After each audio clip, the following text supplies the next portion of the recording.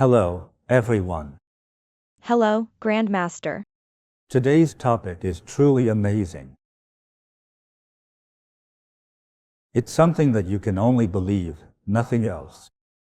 But before we start on that topic, let me introduce something important to you. In just a few days, on May 5th, it's the Buddha Bathing Festival on the 8th of the 4th lunar month. At our various centers, we celebrate the Buddha's birthday on this special day, since most of you are taking a break on the weekends. We might celebrate it 1 to 2 days earlier. Each center does it differently. Some may do it on Saturday or Sunday. As for the Vancouver Center, we will do it on Sunday, May 4th.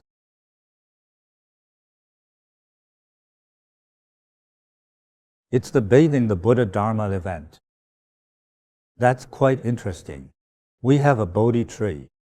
I can't reveal many details, but it will be very fun. It won't be very serious, but more relaxed and lively. The new joiners don't know much about the Buddha's birthday. So here's a brief explanation. About 2,600 years ago, in ancient India, which is now near Nepal, in a certain region, there was a prince. He was about to be born that day. His mother was Lady Maya. His father was the king of that country at the time. Back then, the land was not called India. It was one of the small kingdoms. Modern India is a union of several small states combined together.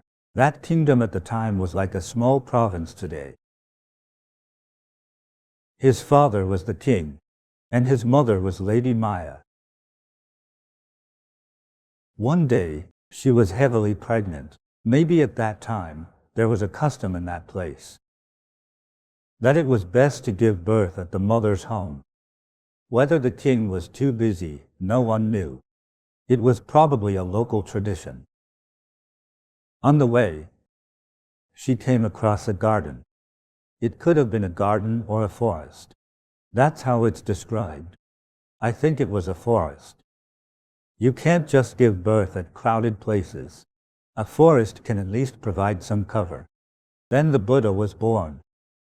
Afterwards, suddenly 9 dragons appeared in the sky, spouting water. It was like they were bathing him. It was raining heavenly dew. The description may seem mythical, but it really happened. It just so happened to bathe the little Buddha. That's how it's written in the folklore tales. Most people were not born this way. The little Buddha, once born, took 7 steps on the ground. With each step he took, 7 lotus flowers blossomed on the earth. Then he pointed to the sky and to the earth, and said, "I alone am honored in heaven and on earth." Yes, just like this. Some divine beings appear this way. Maybe the little boy was crying. Many didn't understand him, but some did. Maybe it was like that. His mother passed away shortly after giving birth from some unknown illness, perhaps complications from childbirth. After that, he was raised by his aunt.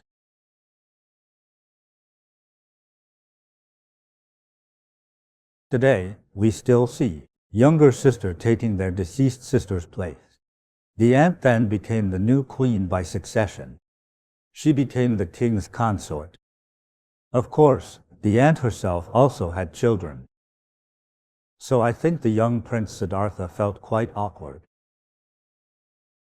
Although his father was a king, he still lived with his aunt, who was also his stepmother. He knew his aunt wasn't his real mother.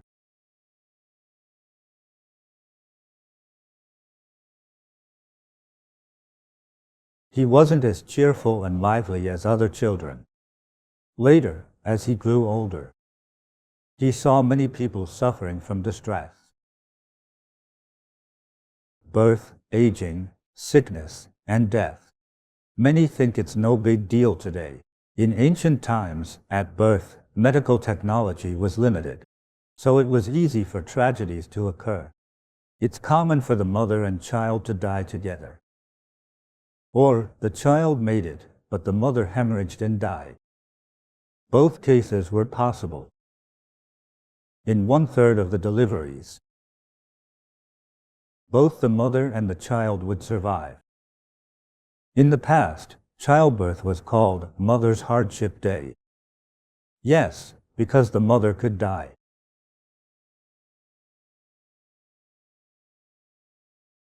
Also, after the baby is born, within the first year, the child is still quite vulnerable.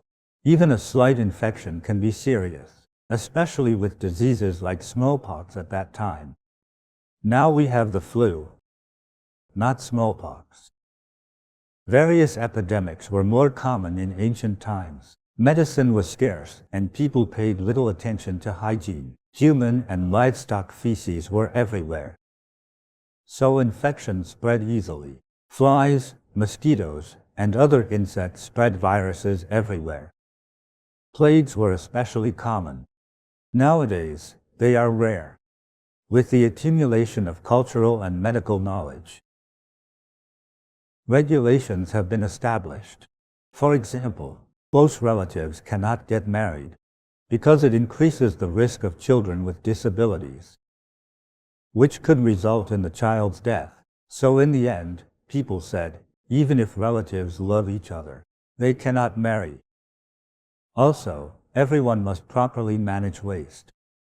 You must keep your yard clean and well maintained. Some villages have officers to inspect sanitation. Singapore does this particularly well. Government officials regularly make visits to check sanitation and really enforce it. In Singapore's tropical climate, mosquitoes and flies are rare. This is true. All the streets are very clean, so infectious diseases are less common. In the past, infectious diseases were very common. Many times during famines, when farmers had no harvest, poverty led to more diseases spread. People couldn't eat enough, so they were weak. With any infection, people would die easily. So, during the Buddha's time, many suffered from birth, aging, sickness, and death. Birth was difficult, and accidental death was common. Population aging was an issue. Around 2,600 years ago during the Buddha's era, I think at that time in China, and also in India during the Buddha's period, the average age might was just 25. That's how it was. People got old early. Now, 25-year-olds today are still young, still acting spoiled, right? Now, some dating or married couples still act childishly.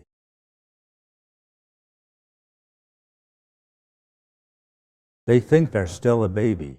Nowadays, most families have only one child, so that single child gets pampered. Even in love, they expect their partner to pamper them. They're like kids even when they're not young anymore. In the past, you would already be an old person now. Yes. So when you were 25, you were equivalent to an 80-year-old today. This is population aging. Living to 36 feels like being very old. But the Buddha lived over 80 years. Back then, that was a long life. It's like living 200 years today. Yes, 200 or 300 years, that was sainthood, because few lived past 80. How many times do you have to escape death to live that long? So please take the Buddha's 80 years of living seriously. People in that era averaged only 20 to 25 years old. Living to such an old age was truly rare, extremely rare indeed. So with some practice and health maintenance, one could become healthier and live longer. What I'm talking about is a more scientific way of thinking. Birth, aging, and death cannot be stopped, no matter how long you live. Sooner or later, you have to leave this world, right? There's another problem. Regardless of your age, illness will always cling to you.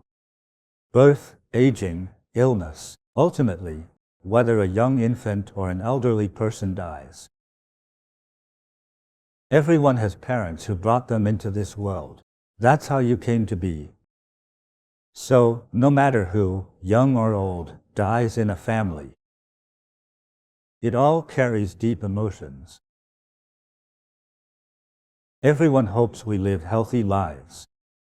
One could be living normally yesterday and die suddenly today. They just stop moving. It's a one-way departure. They won't return anymore. The cycle of birth, aging, sickness, and death is very difficult to resolve. So even the Buddha experienced much confusion. What we call confusion is just life's many problems. Those who are listening now, are you troubled? Whether you are 18 or 28, 38, 58, or 78, do you have worries? The Buddha was troubled himself, too.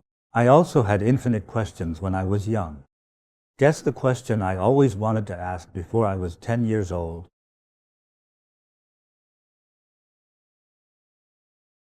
You probably don't know. Right. I often liked clear, starry nights, with a bright moon and stars.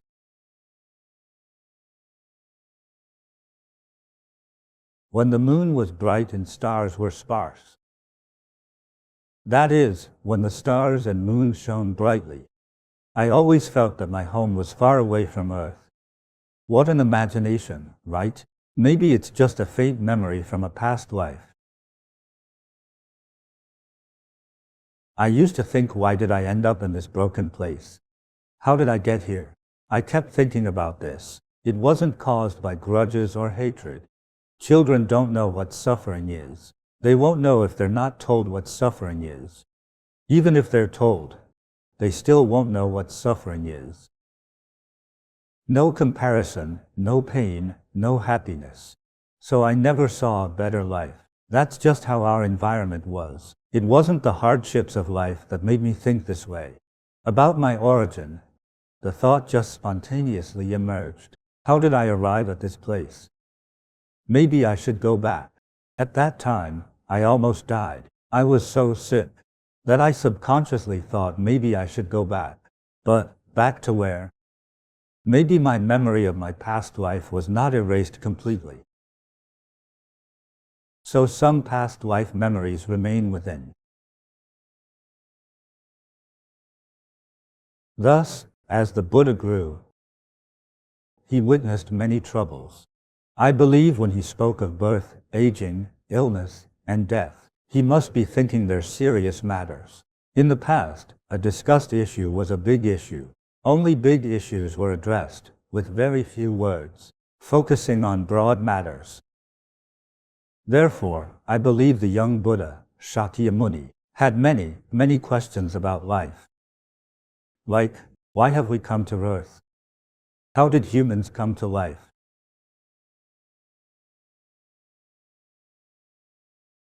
Why don't cows and sheep have to marry? There are many unlimited questions like these. Why do earthworms live in the soil? Questions are everywhere. Why does it rain? Why does it rain sometimes but not others? People might call him crazy for asking these questions. I think these questions help us understand the world. It's a hope to know more. A desire to understand some issues of this world. That's reasonable, right? But as people grow up, they say, that's just natural law. They think asking makes you a fool. But asking actually helps you understand more deeply. These are all Shakyamuni's worries. Later on, there were matchmakers arranging things. He gradually grew up. He got married. Marriage brought adjustment issues and various pressures. He escaped the palace in the middle of the night. Where to? To practice meditation. When people become obsessed with something, like Elon Musk, obsessing over space exploration, if Earth becomes uninhabitable, he could send people to space. Obsession is seen as childishness, but it drives us to learn about our world. It drives technological development. At that time, the Buddha thought, I want to practice and gain a deeper understanding of the world. He wanted to become enlightened, because various sufferings bring pressure to oneself. Many people, in their suffering, vow to liberate their pain. But at that time, there were already practitioners who practiced the primitive way. Based on what we know now, it could have been practitioners of ancient Hinduism who practiced well and became elder sages. This is also recorded in the scriptures. These sages were invited to the palace by Shakyamuni's father to predict prospects. Which of his children would succeed? Which countries could engage in diplomacy or conduct trade, and so on. He often invited these elder sages as guests. Young Shakyamuni knew many of these practitioners. So, while chatting with them, he realized how broad their knowledge was. It seemed like they understood everything. If his father could not answer his questions, he'd turn to these old immortals. They could answer anything, even the most profound and difficult questions. That alone attracted the young Shakyamuni. He thought wisdom came from them. Those sages told him if he practiced like them, he would gain that wisdom. So the idea of meditation practices came to his mind after he got married. So one late night, he left home to practice cultivation. What for?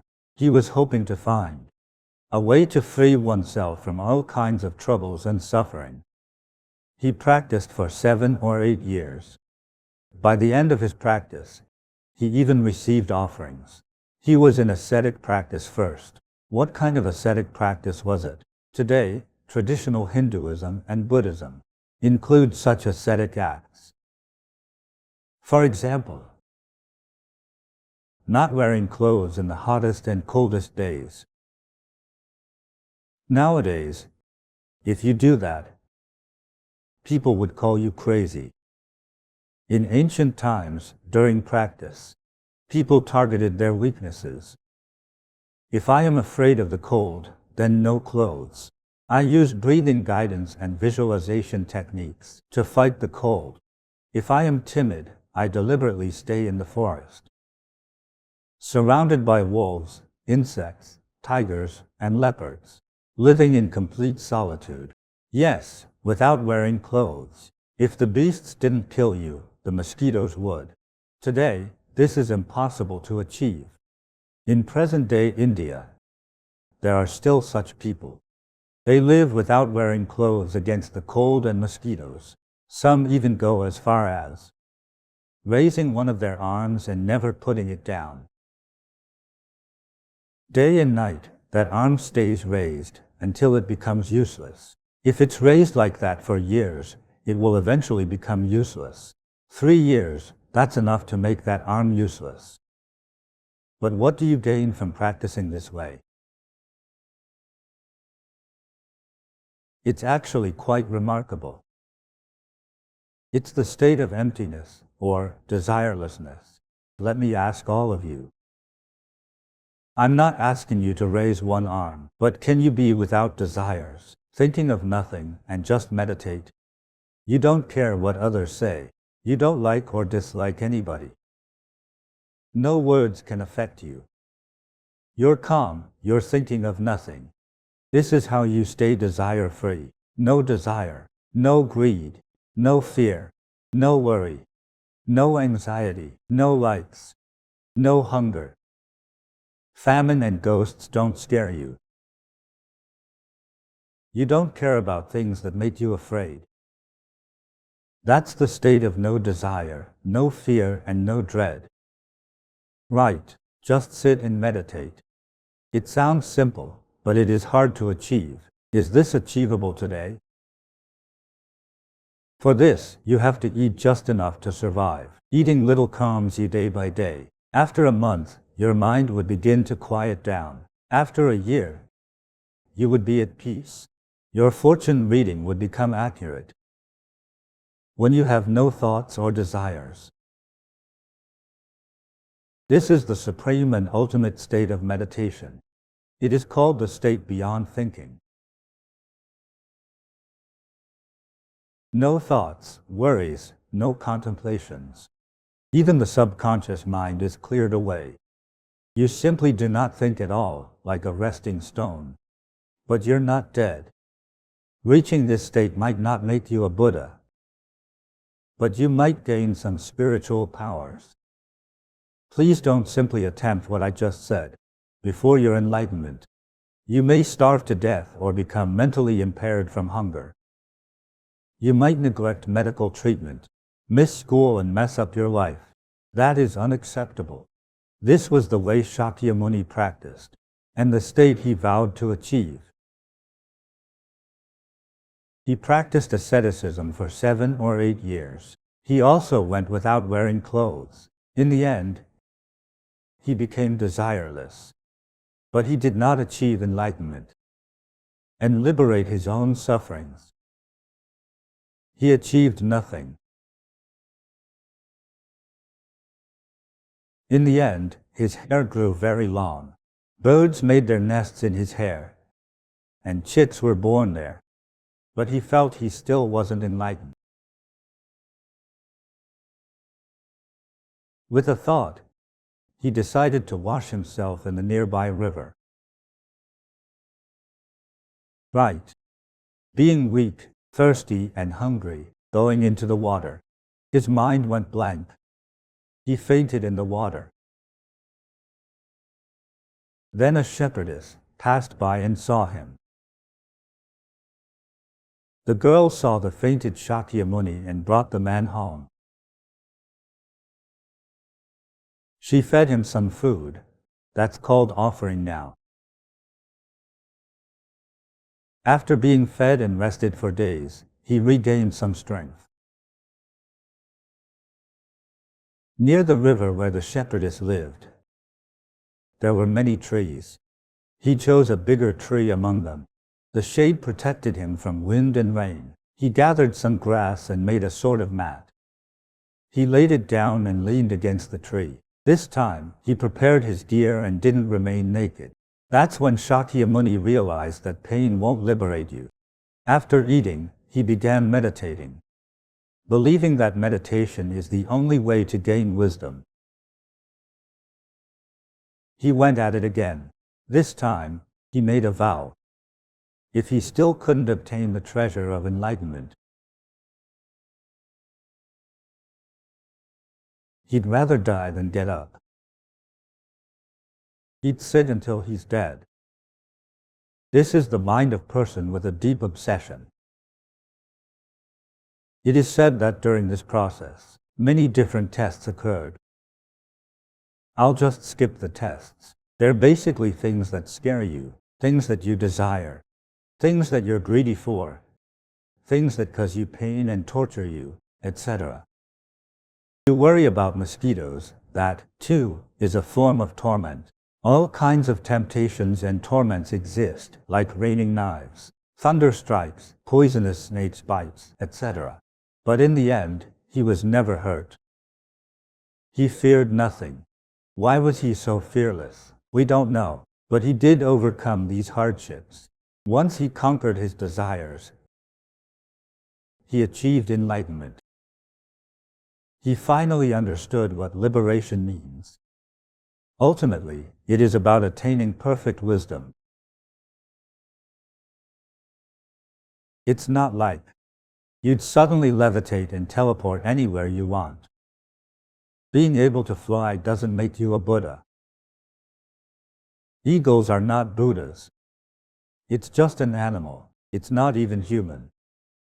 Flying high or being everywhere does not necessarily mean liberation. Human liberation lies in enlightenment. Enlightenment is about resolving your own suffering. That is real skill, isn't it? Believe and be liberated. That's what religions say. Only the believers know how liberated they are. Anyway, the Buddha felt he was liberated. Everyone, if you are listening now, are you feeling inspired? Are you a bit enlightened now?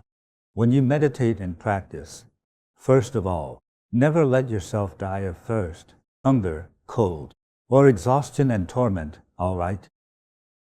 I think we practice to gain higher wisdom and help humanity live better. Please don't starve yourself. We can't bear to lose you. Don't waste your parents' effort for raising you. So don't say you're getting enlightened by starving yourself to death. That's just pathetic, all right? Not valuing yourself is also a form of killing. I call that ending your life slowly. None of this is allowed. Everyone, please be careful not to imitate this casually. If you do, you must eat and drink enough. But don't overeat, all right? Even if you eat only one meal a day, make sure you don't starve. Don't eat too much and don't stuff yourself. If you want to meditate for 49 days, you need more than 3 bowls of food. One small meal a day is enough, okay? Eat something that's easy to digest, like tofu, porridge, and some pickled vegetables. Eat like a commoner. When you're practicing because you're sitting all day, don't imitate what you shouldn't imitate.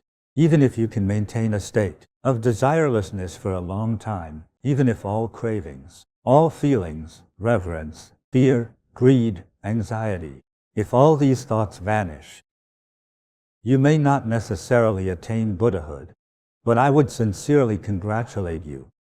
You would already be remarkable, almost a saint. Many things won't trouble you anymore. You may not have attained supreme perfect wisdom, but you would be close to being a sage as described in the sutras.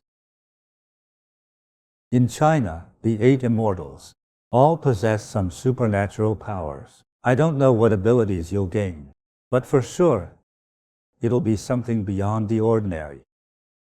Maybe heightened senses. Remember, desirelessness. In this state, even the thought of wanting to achieve inspiration that connects heaven and earth must be completely eliminated. With this, will we gain enlightenment? Yes, the Buddha said, form is no different from emptiness, and emptiness is no different from form.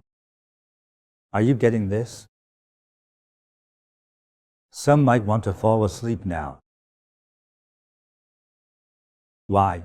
Because when we sleep, we have no desires. Is this true? Maybe not. On the 49th day, the Buddha finally sensed the sun within his heart.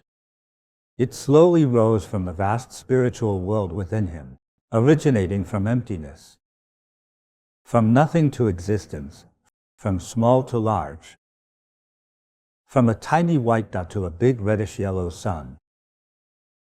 It slowly rose, as if wisdom existed alongside the rising sun, just like the cloud system in the sky. I am the sky is me. The sun is me, I am the sun. Perhaps he achieved this feeling. I'm just speaking freely, adding a bit of speculation and interpretation, that's all. This feeling of enlightenment is not something tangible like a photo that can be printed. It can't, right? It's just that when facing things, my wisdom is unobstructed. With just 2 sentences, things get sorted out. When one attains enlightenment, one definitely feels it. I experienced many sensations in my practice. I won't go into detail here. Then he began to teach the Dharma. More and more people came to listen. At first, his father, the king, sent him servants. Later, his father gave orders to them, saying, "My son has become a master. You all help support by ordaining and becoming monks." The king's order is final. Those planning to marry were told to ordain too. So, it started with these 5 disciples. Later, even more people said, let's follow him to learn the Dharma. It's a trend. They ordained and practiced with him. The followers grew in number. From ordinary people to kings and wealthy individuals. They were everywhere. Countless followers, sponsors, and devotees came to offer support to the Buddha. Some offered a huge mansion spanning a large region to be used for residence, practice, and teaching. The number of disciples grew over time, with over 2,000 disciples traveling together, following him. Today, even a superstar has fewer team members. Their entourage is at most slightly over 100. Take Michael Jackson. The American rock star had only about 100 team members, but Buddha was followed by over 2,000 disciples. Wherever they went, food and lodging incurred enormous costs. They required more houses and land. Such sponsors were not ordinary farmers. They were super rich, royal-level wealthy. Only the king's relatives can afford this. This is how his team operates. So gradually, they guided many people, helping many find liberation from their worries and attain a life of ease amid suffering. Thus, learning from the Buddha's teachings, the story of Buddha guiding others greatly inspired us. So, when the Buddha's birthday arrives on the 8th day of the 4th lunar month, my master told me when I was young, take this ladle of pure water, hold this ladle of pure water. Among the pure water, many precious spices and flower petals are placed. If there are flower petals, you must not touch them with your hands. Use the ladle of pure water to pour water over the small Prince Buddha. If the flower follows the water flow and falls on the Prince Buddha's head, your year will go smoothly, with everything falling perfectly into place. Everything will go well. For example, if you are a student and you wish to get into your dream university, no problem.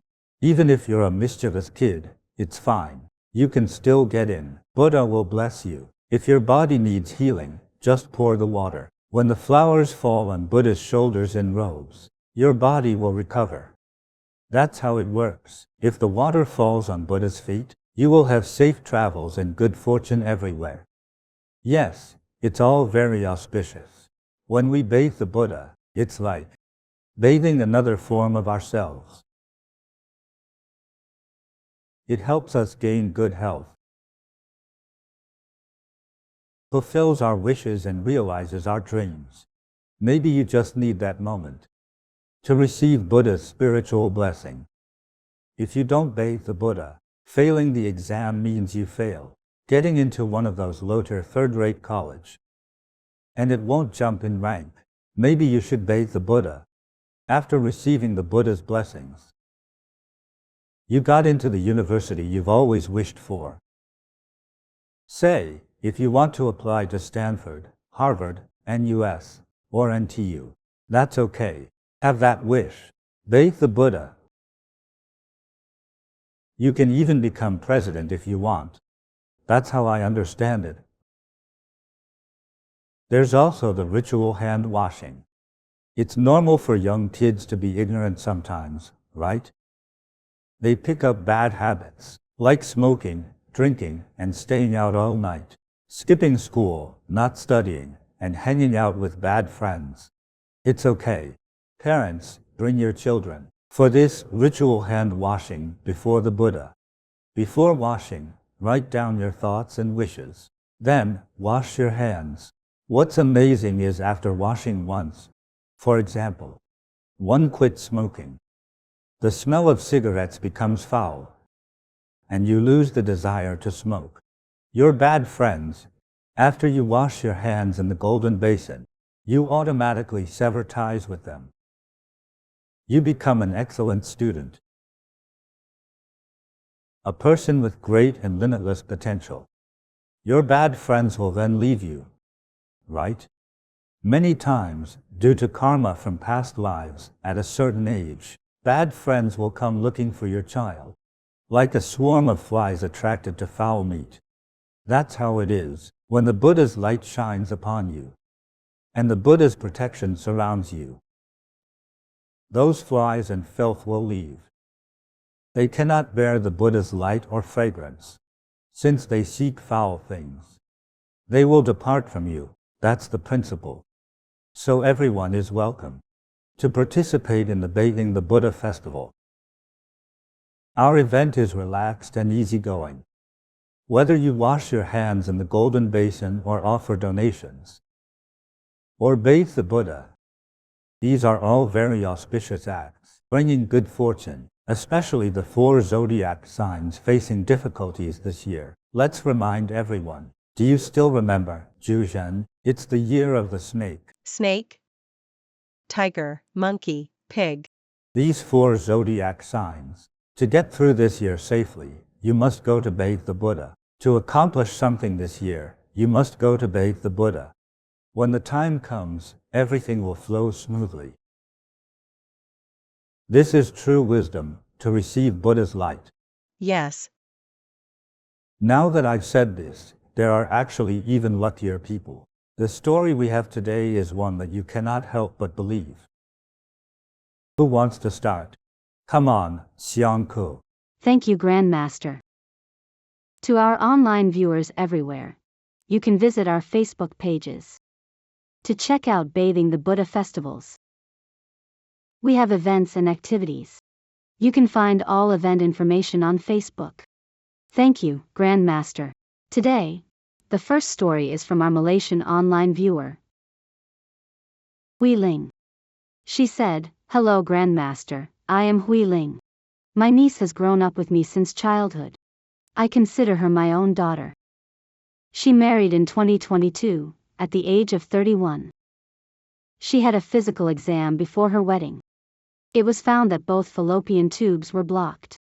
The doctor said she must have surgery to clear the tubes as soon as possible. Otherwise, the chance of pregnancy would be 0. My niece was healthy and had regular menstruation. She never expected this to happen. She felt very down. 1 year after her marriage, as the doctor said, she still hadn't conceived. The doctor insisted that without the surgery, natural pregnancy was impossible. My niece hesitated due to the surgical risks and possible side effects. She was afraid to undergo the surgery.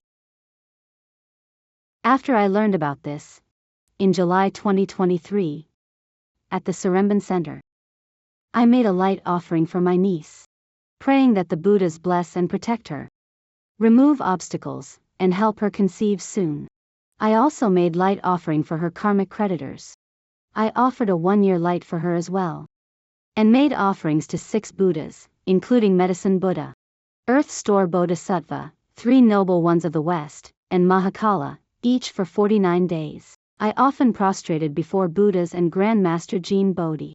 With sincerity, I prayed, wishing for my niece to be protected and to overcome obstacles, hoping she can fulfill her wish to be a mother. Unexpectedly, after just 2 months, my niece became pregnant. This brought her immense joy. Buddhas heard our heartfelt prayers, which makes me so happy. After my niece became pregnant, her previous doctor did routine checkups. The doctor couldn't explain why she was still able to conceive naturally, despite her 100% blocked fallopian tubes. During her 3rd month of pregnancy, during a prenatal checkup, the doctor found that the fetus might have Down syndrome. Further blood tests were needed. At that moment, my niece and I were both shocked. I immediately made a light offering for her again. 2 weeks later, the results came out. The doctor informed us the fetus was healthy. All our previous worries were relieved. After 10 months, she gave birth smoothly to a healthy baby girl. The whole family was very happy for her. Since the baby was born, I have been the one taking care of her. This child is well behaved and loved by everyone. Her growth has been smooth, and she rarely falls ill. When the child was 1 and started walking, I often took her to the meditation center for a walk. Those who know my light offering story all call her the Bodhi baby. She is unafraid and happy to play with anyone. She wouldn't cry or fuss at all. Whenever we arrived at the center, she would bow to the Buddha on her own. When I chant, she always sits quietly beside me. Everyone says she is well behaved, clever, and very sensible. Every year, I continue to make light offerings to Buddhas on behalf of my niece, praying for a smooth path for her. By July 2024, my niece gave birth to her second baby, also a girl. Very well behaved and easy to take care of. Truly grateful to the Buddhas and Grandmaster Jean Bodhi for allowing my niece to have smooth childbirth and a happy family. This is wonderful. Some people have children easily and smoothly. But others, especially with this condition, have both fallopian tubes blocked. Doctors have made it very clear. Your chance of getting pregnant is 0. They advised surgery. The amazing thing is, she made light offerings here, did good deeds and volunteered. The Buddhas heard her. So they helped her, blessing her with Buddha's light. Then she was able to conceive smoothly. Now she has 2 babies, both smart and adorable. Yes, the doctor who examined her was very surprised. Impossible. Both fallopian tubes were completely blocked. Her eggs couldn't come out. But she got pregnant. Where did it come from? It was blessed by the Buddhas. This Buddhist matter surpasses scientific testing. Truly incredible. You have no other way to explain this, right? Especially in today's society. Getting pregnant and having children is not easy. But in our Bodhi meditation centers, we hear many stories of babies sent by Buddhas, which makes us very happy. Truly, it's amazing. I can't believe it. She had 2 kids, which is impressive. She passed that stage. There's no problem anymore. Yes, It's really great. if not controlled, a 3rd child can also be born. Let's just wait and see. Congratulations. Well behaved. That's really wonderful. Grandmaster, let's give her a gift. All right. Join her in happiness. Okay, for Hui Ling. Hui Ling, right? Yes. Here's a cake of pu'er tea for you. Drink it for longevity. Received. Healthy, slim, and long-lived. Yes. For those 2 babies, 2 8 auspicious treasure beads. Thank you, Grandmaster. May they be protected. That's excellent. For this niece, a lapis lazuli bracelet. So elegant. Safe travels, auspicious, smooth and successful in all things. Received. Wishing the 2 babies health, longevity, and future success. Received. Thank you, Grandmaster. Congrats. That's amazing. Grandmaster mentioned ritual hand washing. I have a story about that to share with everyone. Hello Grandmaster, I am Jai from Singapore. I started smoking in my 20s, and I've been smoking for almost 30 years. At first, I was just following others. Going out with friends, each having a cigarette. Gradually, it became a habit. On weekdays, I smoke about 6 to 7 cigarettes. On weekends and holidays, I can smoke up to 10. I know smoking is bad. I haven't had any serious health issues. But after smoking, I always feel more tired. And my complexion is dull. My skin and heels have become dry and lost their glow. After a busy day, when I get home, I often feel short of breath. I have to take multiple deep breaths to ease it. I want to quit, but it's too hard for me. Especially now that I'm in my 50s. Smoking has become a ritual in my life. After meals, or when going to the bathroom, my hands would subconsciously reach for a cigarette. When I found Bodhi meditation, In 2022, I participated in the Bodhi meditation blessing event in Singapore. They have the ritual hand washing activity. A volunteer encouraged me to write down a bad habit I wanted to quit. I bravely wrote quit smoking. I hope to truly quit with this opportunity. After the ritual, the next day, Grandmaster hosted a 7-day chanting class online. I joined from home via YouTube. It was my first time attending a chanting class. During the class, I often thought of my family, siblings, and friends. I sent blessings to them through the chants, wishing them health and safety. At the same time, I made a vow, hoping this time I would truly quit smoking. This chanting class gave me an unprecedented feeling. Usually, I'd feel tired around 8 or 9 at night. I prepare for bed shortly after 9, but during those 7 days, I felt energized and full of vitality after chanting. I could happily stay active until 10 or 11 before resting. My mood was especially joyful. Even more amazing was the tingling sensation I felt in my palms. I noticed they became plump, full and glowing. What surprised me most was the morning after completing the online chanting class. I woke up with absolutely no desire to smoke. Before, I had a fixed routine for smoking. Lighting one after waking up and going to the bathroom. Lighting one after meals. Lighting one when going to the bathroom during work. These actions had become habits. My hands subconsciously reach for a cigarette. But that day, I didn't even think about smoking once. Not at noon, not in the afternoon. I had no thoughts of smoking all day. I thought it was just temporary. But on the second and third days, I still didn't want to smoke. I was very surprised. My husband found it unbelievable. How could I suddenly stop completely? We both thought it was amazing. My son is extremely happy. He says the air at home is much fresher, and he feels much more relaxed. Even when hanging out with friends who still smoke. Watching them smoke, I have no desire at all. My friends find it unbelievable too. The thought of smoking feels like it has been completely taken away from my mind by the Buddhas. This change has lasted for over 2 years now. I'm completely smoke-free. I feel refreshed and energetic. No longer experience shortness of breath. The skin on my heels is no longer cracked. Friends say my complexion looks much brighter than before. My heart is full of gratitude. I am thankful for the blessings from Grandmaster and the Buddhas. I am grateful for this chanting class, where I received the compassionate energy. It miraculously helped me quit my smoking habit of over 30 years. Thank you, Grandmaster. Thank you, Buddhas. Miraculous. More than 30 years of smoking. Yes, very good. When it comes to addictions like these, especially smoking, they are really hard to quit. Drug use and gambling. So difficult. Many give up halfway because it's too hard to persist.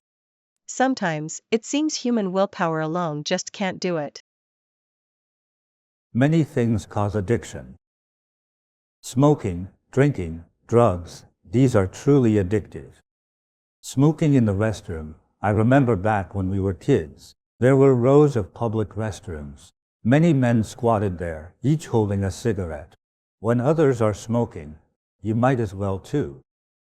Or end up inhaling secondhand smoke. Once you get used to smoking. Many people smoke a pack a day. That's very normal. One pack has 20 sticks. 20 cigarettes. Yes. Can the lungs handle that? No. Eventually, they will get sick. The lungs are being affected by tar. They turn brown.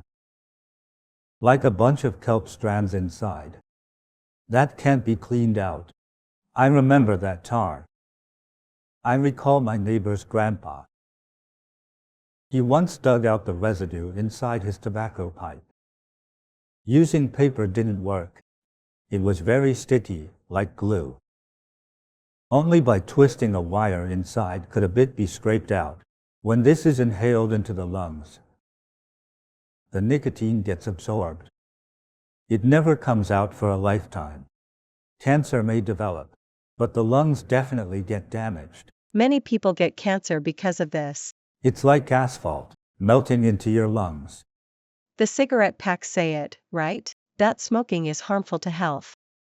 Smoking leads to lung cancer. Of course, lung cancer is the most direct threat. Let me ask you, have you ever thought about smoking? Never. After being angry or happy? Never. I think I'm allergic to smoke. The moment I smell it, I feel really uncomfortable. It's happened to me twice. I forgot my mood at the time. I did have the thought to hold a cigarette and take 2 puffs like a man. I had that idea, but I definitely never smoked. None of you have?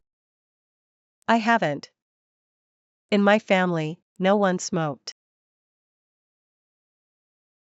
When I was young and dating, I couldn't stand people who smoke. Luckily, I didn't encounter that. Because I don't smoke, riding the elevator, I felt very sensitive. Some people who have the smoking habit, when you get close to them, there's a strong, pungent smell. Imagine having a partner like that, so unpleasant. A strange odor from their body. Like our sister here, even her son found it unpleasant. When she quit smoking, her son said, "Great, now the air at home is clean." But this sister Has been smoking for more than 30 years, quitting was very hard. She completely stopped smoking, with help from chanting and the blessing of Buddha and Bodhisattvas. quitting smoking with Buddha's blessing is common here for us. Actually, it's a very simple matter, but there are many cases. Speaking of this ritual, many of us have done the same. Nowadays, many stay up at night, playing on their phones. Scrolling on their phones, that's a bad habit. When they do this ritual, they aim to fix this problem. Many manage to quit, but many still can't resist scrolling on their phones. With Buddha's blessings, you can just go sleep, stop scrolling. Yes. Sometimes, it's hard to understand. I recall when we were young, encountering people like these, without the demeanor of great masters. The attendance of practitioners, some were like laborers, helping to pick vegetables or wash dishes. Not really practitioners, dirty and unkempt. When talking, their intelligence barely responded, and they were hard of hearing. You wouldn't believe it, but such people have blessing power too. Really? I remember when I was young, spending time with Master. There was a man who raised a dog. In the past, people didn't raise dogs as pets. They were for guarding. He thought it was fun to adopt a puppy, without any other purpose. For some time, the dog refused to eat. It was skin and bones, it kept coughing. But it wasn't like a human cough, it was a strange sound. Without help, it would die. The old lady of the house, the mother of this family, with a head of white hair, came to see Master. He was not at home. The Master's attendant, an old lady, the lowest ranking attendant, was there. That's right. Her husband is gone, and her sons have their own families. With nothing to do at home, she came to help. She helped pick vegetables and wash dishes, but she didn't cook. The weather was cold, her hands were chapped, and her nose was runny. If an artist painted her, she would make a striking subject. Her face shows the marks of a hard life, well into her 70s, nose dripping and messy. The Master is not here, please wait. The old lady was kind, offering hot tea. She asked what's wrong. This dog kept coughing for no reason. It seems like it might not survive. Since the living Buddha isn't here, I'll bless it for you. I've never performed the blessing, so my first is for this dog, she said. She poured a cup of water and took a tea bowl. She then chanted. After the chant, she told them to find ways to get this water into the dog's stomach, and that would be enough. With their help, the water was fed into the dog's stomach. We waited anxiously for news. If only we had a phone for photos back then. After a while, the dog kicked its legs a few times. After kicking its legs a few times, There was no more sound. It stopped coughing. After a while, I heard the dog snoring. About 10 minutes later, the dog kicked and stood up again. It looked around, wondering, who am I? Where am I? It felt like it had never been sick. Fascinating, right? It was reborn. wonderful. It got better.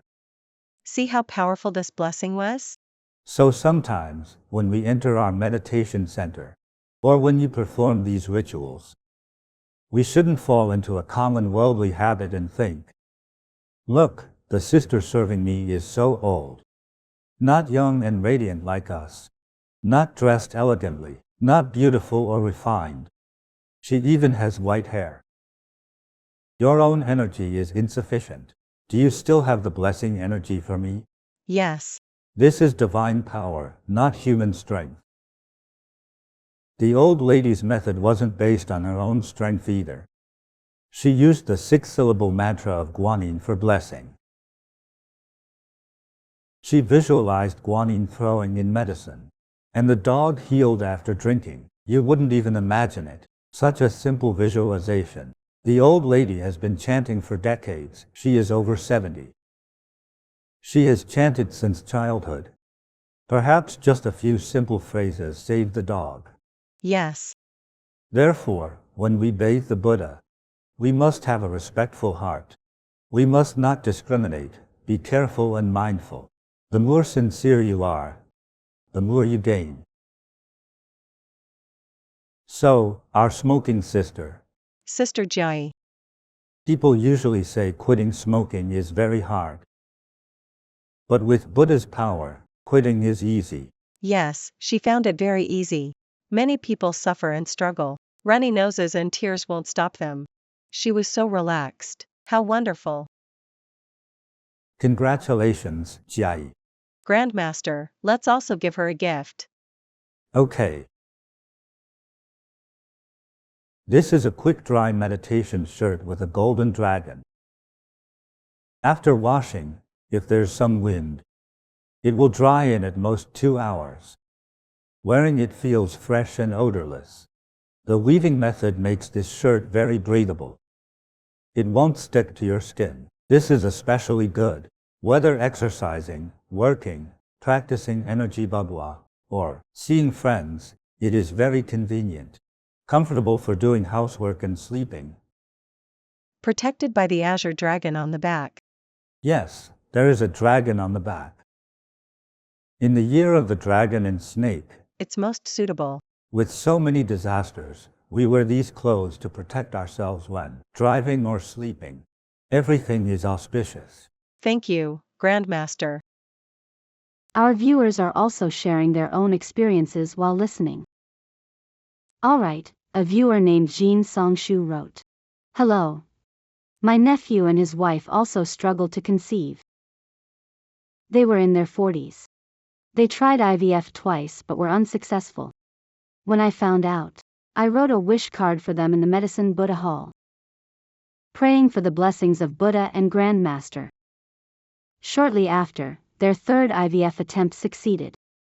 And they had twins, a boy and a girl. It was truly miraculous. Thank you, Grandmaster. This is amazing. Yes, at the age of 46. They had 2 healthy babies. Oh, that's wonderful. Truly amazing. So wonderful. I want to give her a gift. The tridakna I'm wearing. It's similar to a medicine Buddha bead. Each bead has natural golden streaks running through it. This is genuine golden threaded tridakna. It's natural. Yes. It might be hard to see. You can spot the golden threads. They are not just on the surface. There's actually a golden layer inside that shines when illuminated. This gold-threaded tridakna bracelet will be given to the person just now. What's your name? Song Shu. I'm not sure where you're from. Singapore. All right. Congratulations, Song Shu. Fantastic. Thank you, Grandmaster. That's wonderful. Now, we will share a story on how offering light helped a child achieve excellent grades. Hello, Grandmaster. I am Sinyan, from Ipoh, Malaysia. In 2020, the pandemic just broke out. Malaysia went into lockdown. My 16-year-old son couldn't go to school. He could only take online classes at home. At first, I thought studying from home would be fine.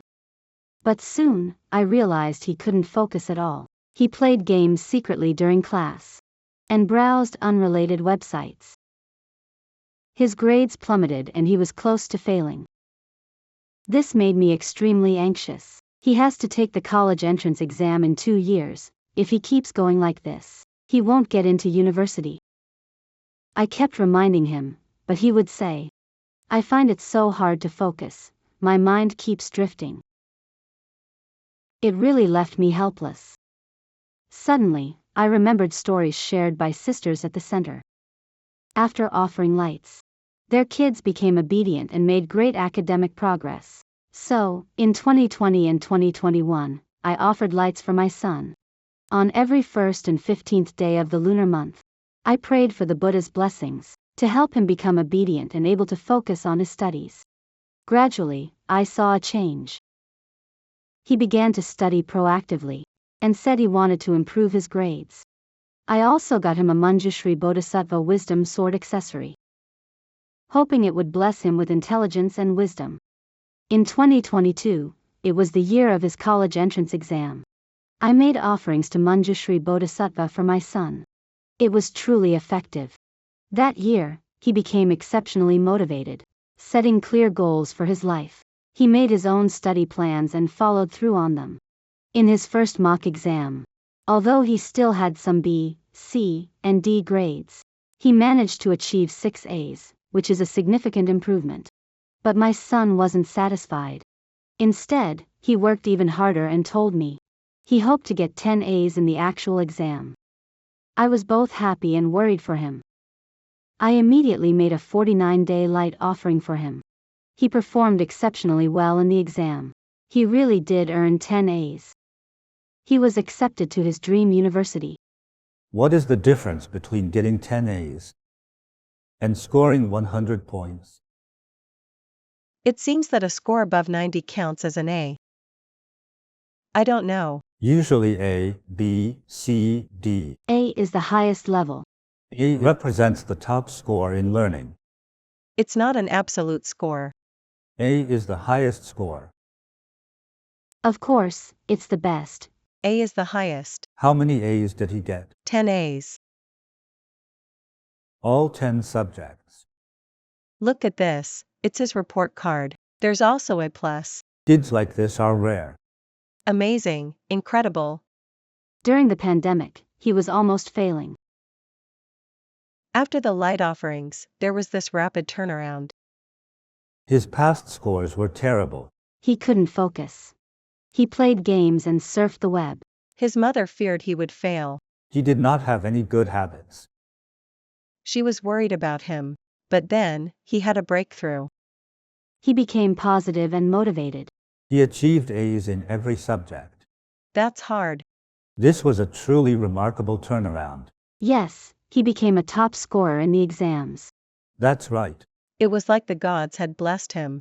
His mother was deeply grateful to Grandmaster and the Buddhas and Bodhisattvas. Her son had an awakening, his grades improved, and he became well-behaved. All right, let's continue the story. Yes, he went on to score A's in all 10 subjects, got into his dream university, and even received a scholarship. His mother could hardly believe it. She is deeply grateful for Grandmaster's guidance. She learned how to accumulate merits for her child. The boy who once couldn't focus in class has now become a top scorer with 10 A's. Thank you, Grandmaster and all Buddhas and Bodhisattvas. A miracle. An exam top scorer. Unbelievable. The mom is very wise. She talked to him, but he wouldn't listen. She couldn't change the situation, so she began to offer lights. Praying for change. It was very effective. Look at the improvement. Even his mother had changed, which was unexpected. This example is not just about this one child. We have seen many like this in Bodhi meditation. This is not an ordinary breakthrough. His mind opened to great wisdom. Usually, you have a breakthrough and might get 2 A's, which is already good. He got A's in all 10 subjects. Truly a miracle. I also spoke with his mother later. Now the child enjoys coming to the meditation center. He volunteers in the center and likes chanting. He has a strong connection with Buddha. Amazing. So excellent. The power of Buddha is incredible. Truly. It's impossible not to believe. This story really inspires all mothers who worry about their children. Monitoring them and doing homework together doesn't help. So you ask the Buddha for blessings. They immediately change. So great. Amazing. Truly wonderful. I'm happy for him. Let's give them a gift. All right.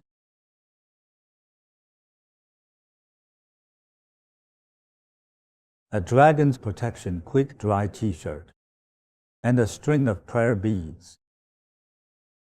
Yes, this blue chalcedony piece as well. Look how beautiful it is, suitable for both men and women. It blesses your whole family with fortune and good luck. May your children have smooth sailing and your family prosper. Thank you, Grandmaster. Let the son wear the Dragon's Protection t-shirt to university. For an extraordinary life. Find a good partner too. Yes, received. Grandmaster, this next story is about how an entire family being blessed. Hello, Grandmaster, I'm Jechi from Singapore. I have 1 son and 2 daughters. My daughters have always done well in school, but my son has been my biggest worry. He's 25 now. Ever since elementary school, he's had poor grades. He barely passes his tests. In 2016, after graduating high school, he couldn't get into a good university, so he enrolled in a college for a 2-year business program. He barely completed that. Then went on to a 1.5-year diploma program. But during the 3.5 years, he never studied seriously. Instead, he hung out with the wrong crowd, often going out to play pool, drink, and smoke.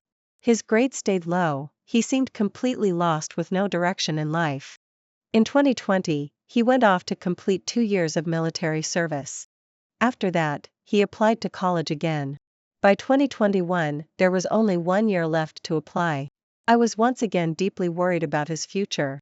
Fortunately, I had started practicing at Bodhi meditation. Following Grandmaster, I learned to accumulate merit for my son. At the meditation center, I offered a light for him for a whole year. On every important festival and special event, I offered more lights for him, praying that his life would become smooth and auspicious.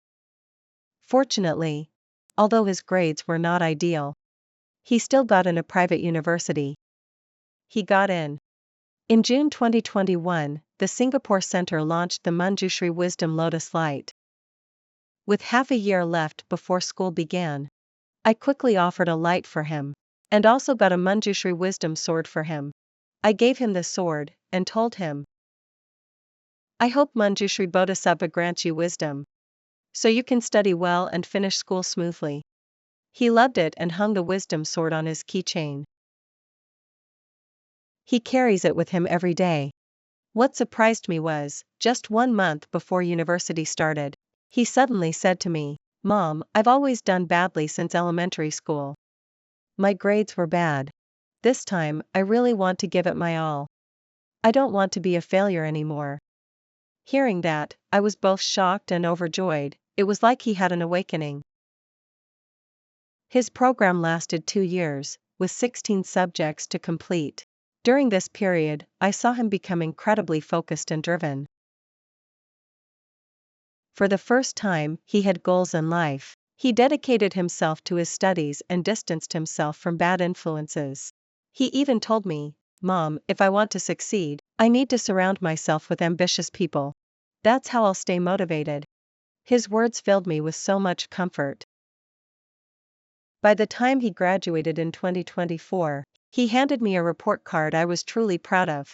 Out of 16 subjects, he earned 12 A's, plus 3 B's and 1 C. 75% of his subjects were A's. A huge leap for someone who used to barely pass. This result is truly excellent. He himself is also very happy. My heart is filled with gratitude. I am grateful to Manjushri Bodhisattva and Grandmaster's blessings. This child who once caused me great worry has finally achieved success. In 2024, he graduated with excellent grades and got a job at a great company.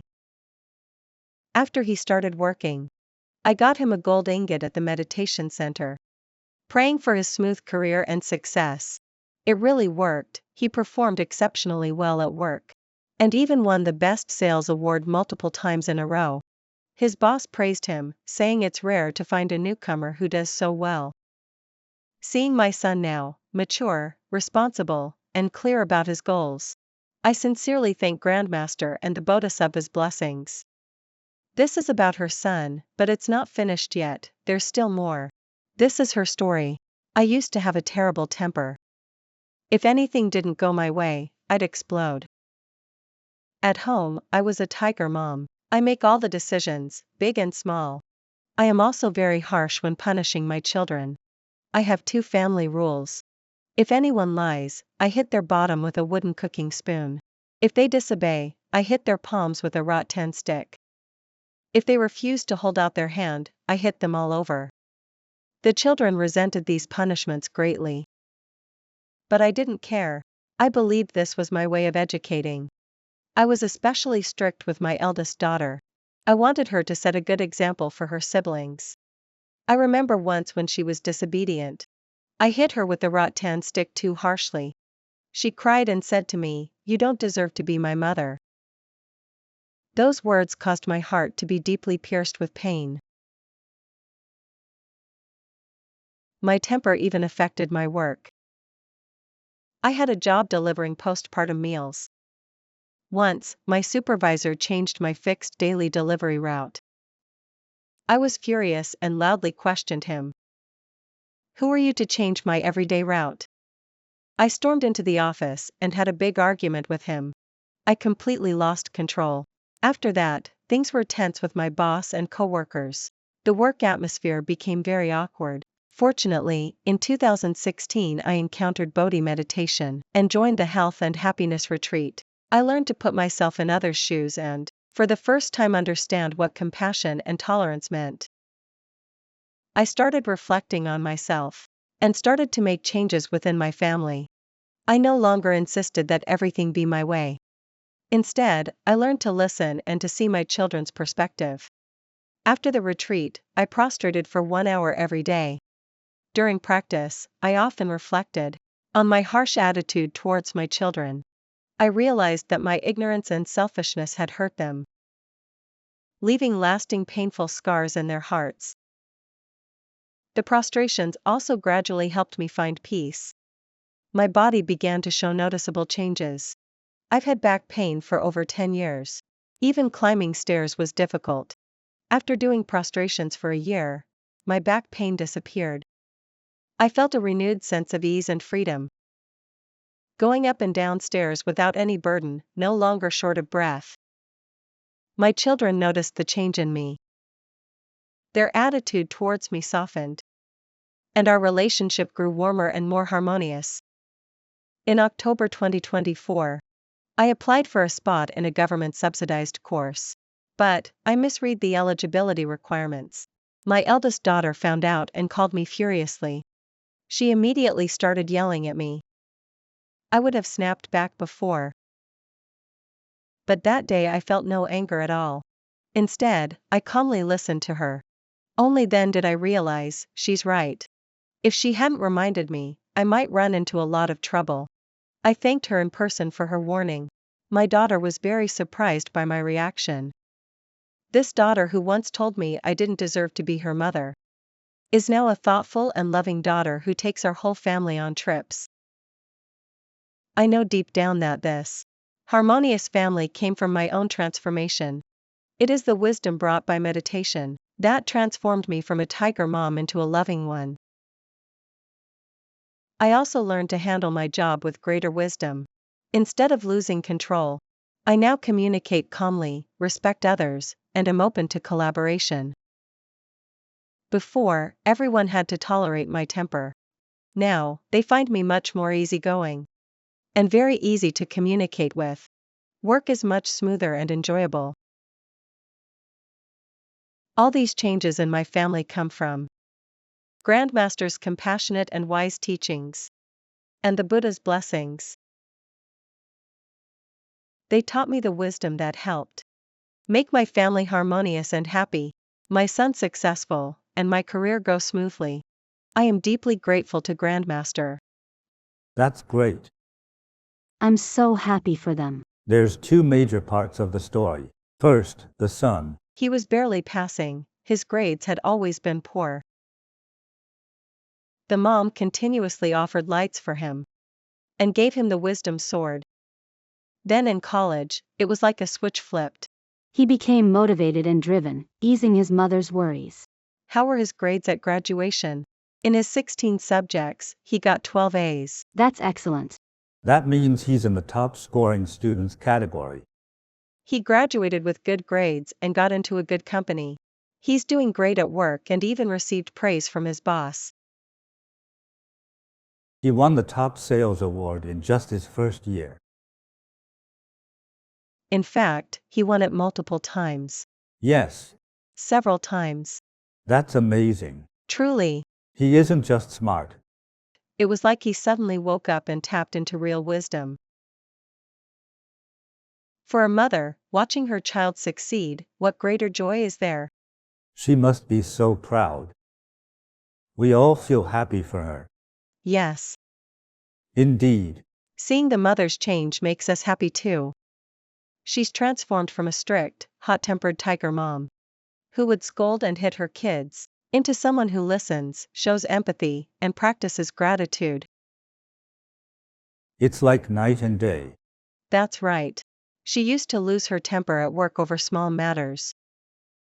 Now, they all get along. She handles things with wisdom now. In the past, she was completely self-centered, focused only on her own feelings. Yes, it was all about me, me, me. After she learned Buddhism, she became considerate and no longer lashes out.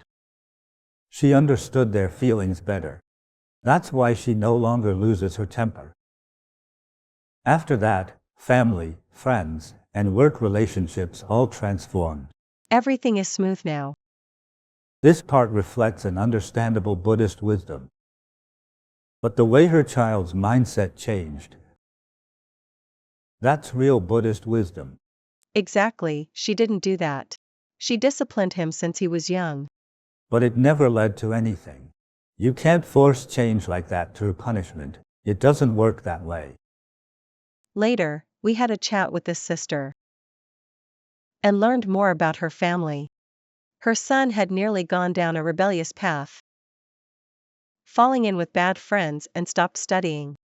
It was a dangerous time. She herself has a very fierce temper.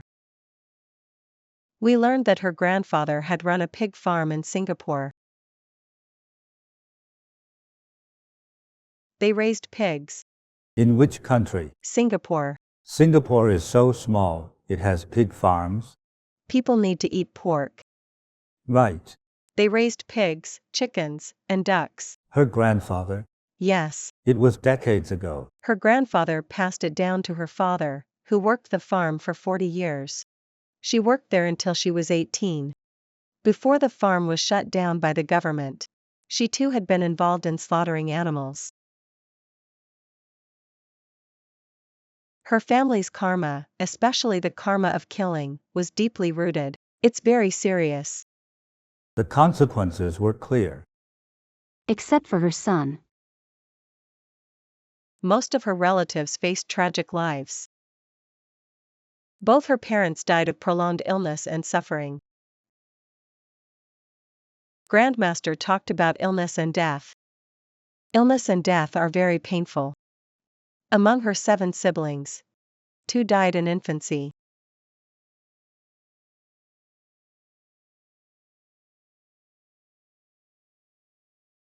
They were only a few months old. There's 6 now. Of the remaining 6, 4 went through divorces. 4. Only 2 still have families. But they have mental or health issues. It's all difficult. None of them have a truly happy life. The next generation of these siblings also faced many misfortunes. There are mental and physical health issues, imprisonments, and marital problems as well. They encountered many obstacles.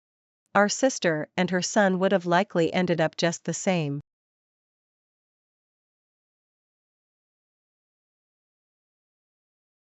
But practicing Buddhism changed her fate.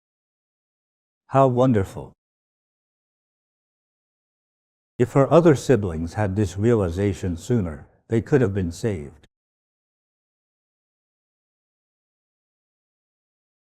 She is also helping them. Little by little. Yes, she will gradually bring them in. Her family situation really demonstrates how karma works. Your creditors won't just let it go. Originally, this karmic retribution was reaching out to this sister and her child. Fortunately, the blessings of the Buddha helped push it back. That's good. They received protection. In the future, I still advise them to practice more and accumulate merits. Live up to the blessings you've received. Yes. Alright, we are happy for the sister and her son. Let's give them gifts as well. Okay. Alright, first, this pu'er tea is for Jiechi's family. I wish you all good health and longevity. Amazing. These 2 bracelets as well. Look at this whiter one, the tridacna. This smaller tridacna doesn't have the golden lines. That one was especially chosen for me.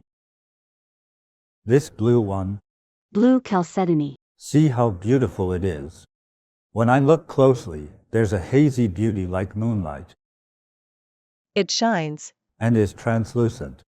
It carries the feeling of moonlight. Beautiful. Yes, this increases a lot of gentle and peaceful energy. Like our sister's current temperament. Yes. A gentle mother. I wish Jiechi and your whole family happiness and good fortune. Received. May your child be safe, successful, and build a happy home. Wishing Jiechi a long and healthy life. Received. Thank you, Grandmaster. Grandmaster, besides academic progress, a viewer also shared her light offering story. Her child found a good job through this. Hello, Grandmaster. I'm Yiting from Taichung, Taiwan. My son is 30 this year. He works in architectural drafting. Although this job is stable, it often requires long overtime hours. Starting in 2023, I noticed he was constantly furrowing his brow and looked completely worn out. One day he said, "Mom, I want to quit my job and take a break." As a mother, seeing him so tired, I felt heartbroken. I thought it would be good for him to rest and recover. But I didn't expect his break to last 4 months. During this period, he never took the initiative to look for a job. He made no moves at all. He just stayed at home all day. I began to worry. Would he become more and more depressed like this?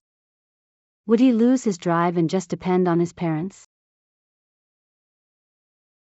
Just when I was overwhelmed with anxiety, I heard a teaching by Grandmaster. If you want your child to thrive, accumulate merits for them. That sentence instantly awakened me. I began to offer lights, pray for him and volunteer more. I dedicated the merits to him. During that time, the center had a yellow Jambala offering opportunity. With utmost sincerity, I made offerings in my son's name, praying that he would soon find direction, regain confidence, and that he would find a job that suited him. To my surprise, less than a week after the offering, my son suddenly called me. He said excitedly, "Mom, I went to an interview. This company is pretty good." He went out for an interview. A few days later, even better news came. He successfully got the job. It was incredible. Now my son has been working at this company for 2 years. During this time, he has adapted well and taken on more responsibilities. He actively learns various skills. Sometimes, he even talks to me about his career plans. With confidence and clear goals. I can't even describe how grateful I feel. This hardworking, grounded, and resilient young man is just as Grandmaster describes. Diligent, practical, and unafraid of hardship. I'm truly grateful for all the blessings and Grandmaster's guidance.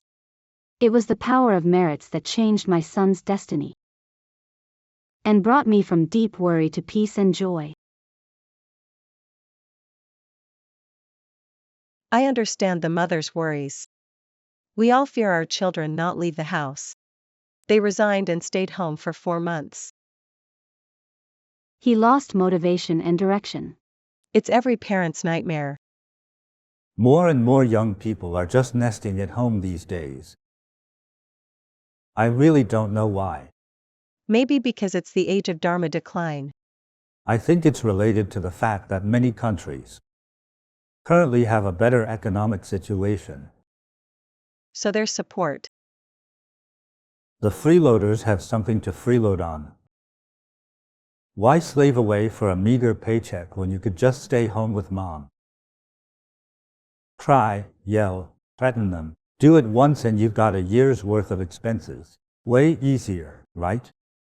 As long as there's food at home to eat, why suffer outside? That's the mindset. Freeloading has requirements too. Yes, but the mother didn't want to be taken advantage of. No parent does. The future looked bleak. But the mother remembered Grandmaster's teaching. So, she started offering lights for her son. She also made offerings to the Buddhas. And it really worked. She entrusted her child's troubles to the Buddha. And it was easily resolved. He suddenly went for interviews. Now he's doing well at work. And back to living a bright, positive life. It's unbelievable yet real. Truly. This is truly amazing. The parents had no choice but to seek help from the Buddha. It really is good. It's a way out. This is truly the best way out. How busy the Buddhas must be. The Buddha manifests in infinite forms to help everyone. I imagine they're happy as well. Of course. We're all happy. At least a family was saved. If this young man had stayed at home all the time, it would ruin a family. That's right. It could even end the family. Exactly. A young man who never goes out. What girl would want that? It would have been a problem. Congratulations to them. Let's send a gift to Yiting and her son.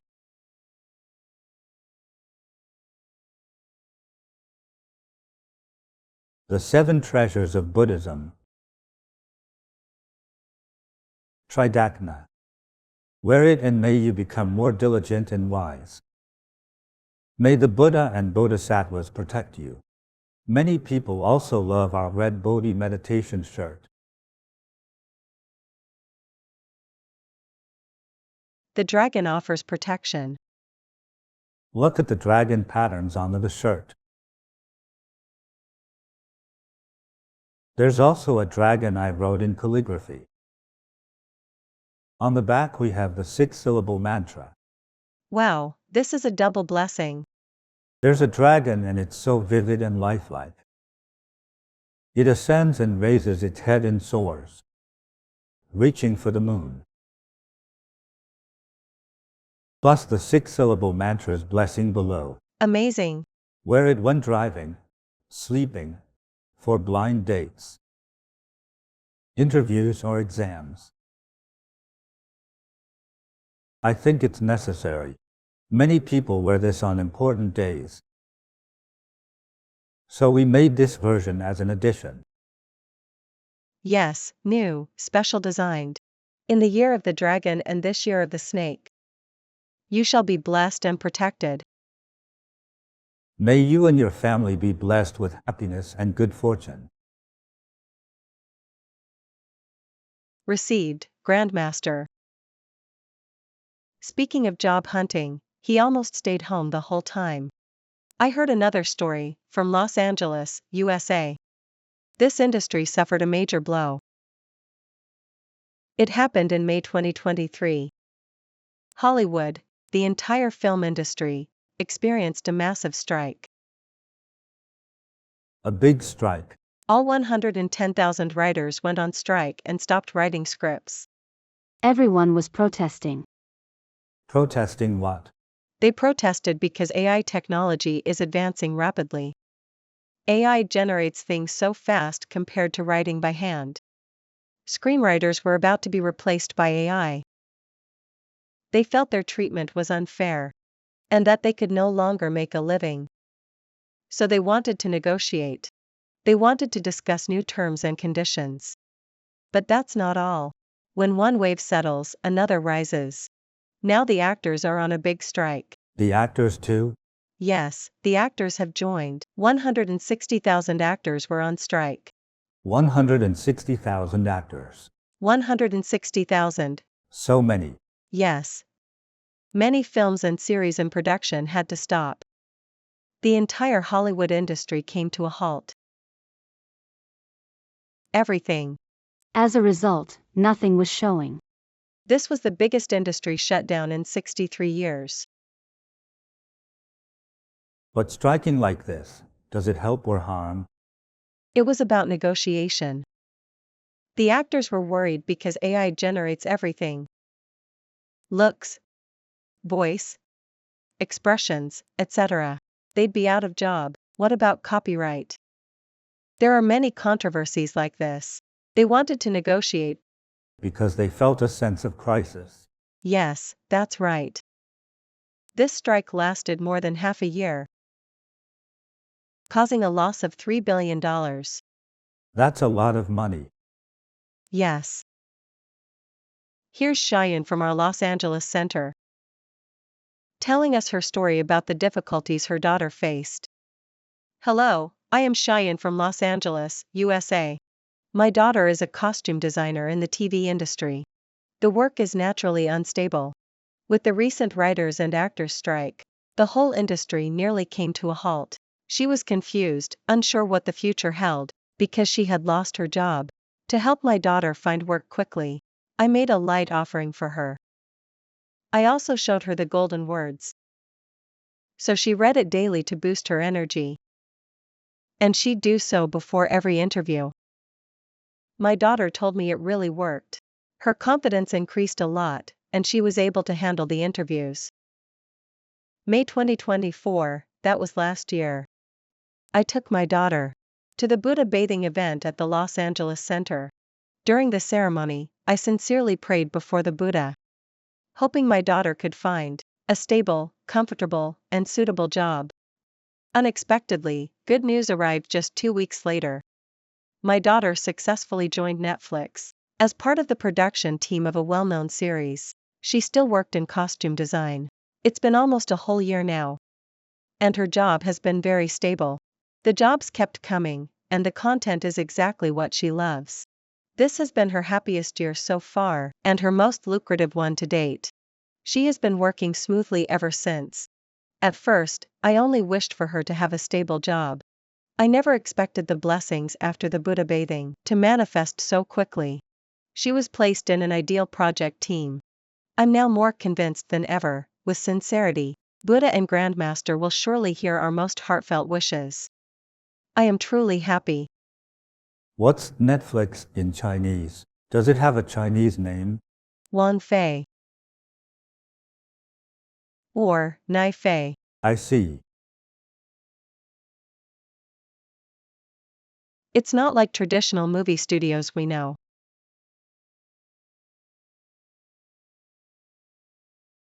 Like Universal Studios or Warner Brothers. It's a streaming media platform. You can visit its website or use its app. You'll find high-quality shows from around the world.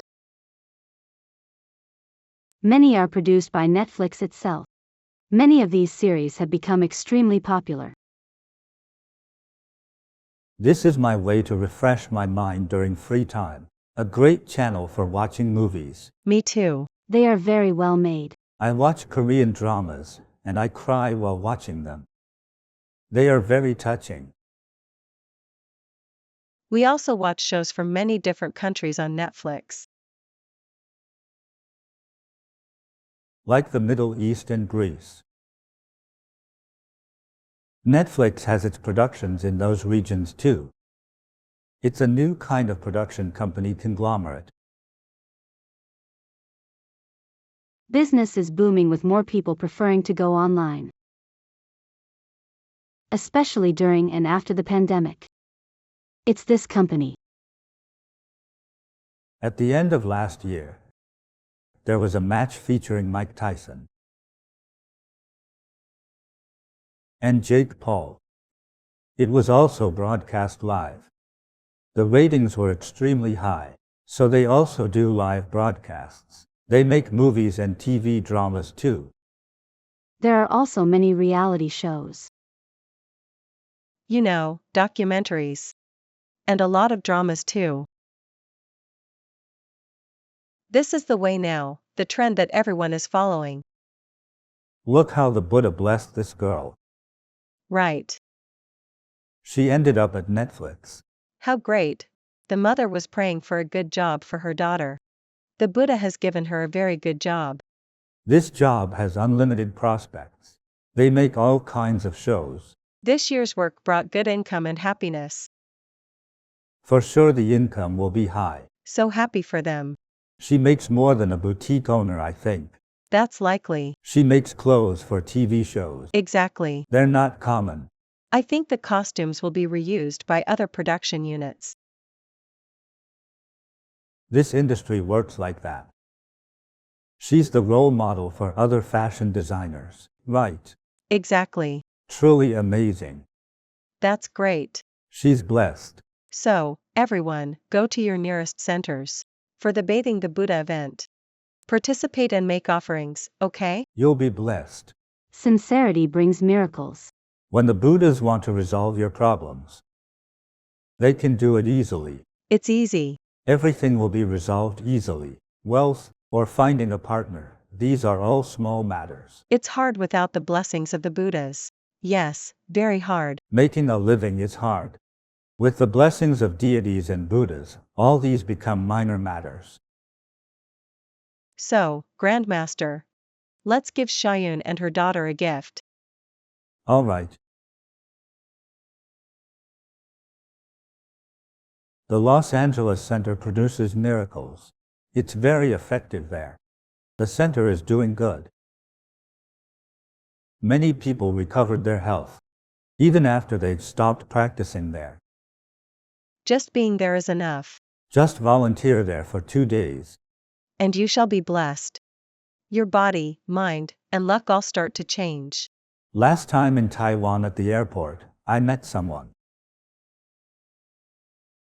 I didn't know him, but he knew me. He's with the Los Angeles Center. He lost his job, so he was free. He helped fix things at the Los Angeles Center. He had time for volunteering because he was unemployed. He hoped to make some merits and find a job after 6 months.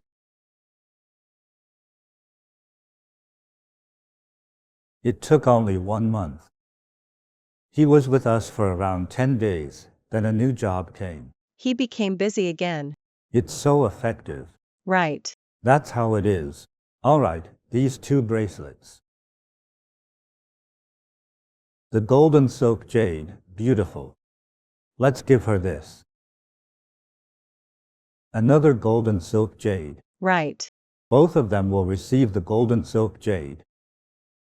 Why is it called golden silk jade? It's such a sacred item of wealth and good fortune. May the Buddhas bless them. Thank you, Grandmaster. Blessings to Xiayan. Wishing her whole family auspiciousness. Received. Also, longevity and lots of blessings.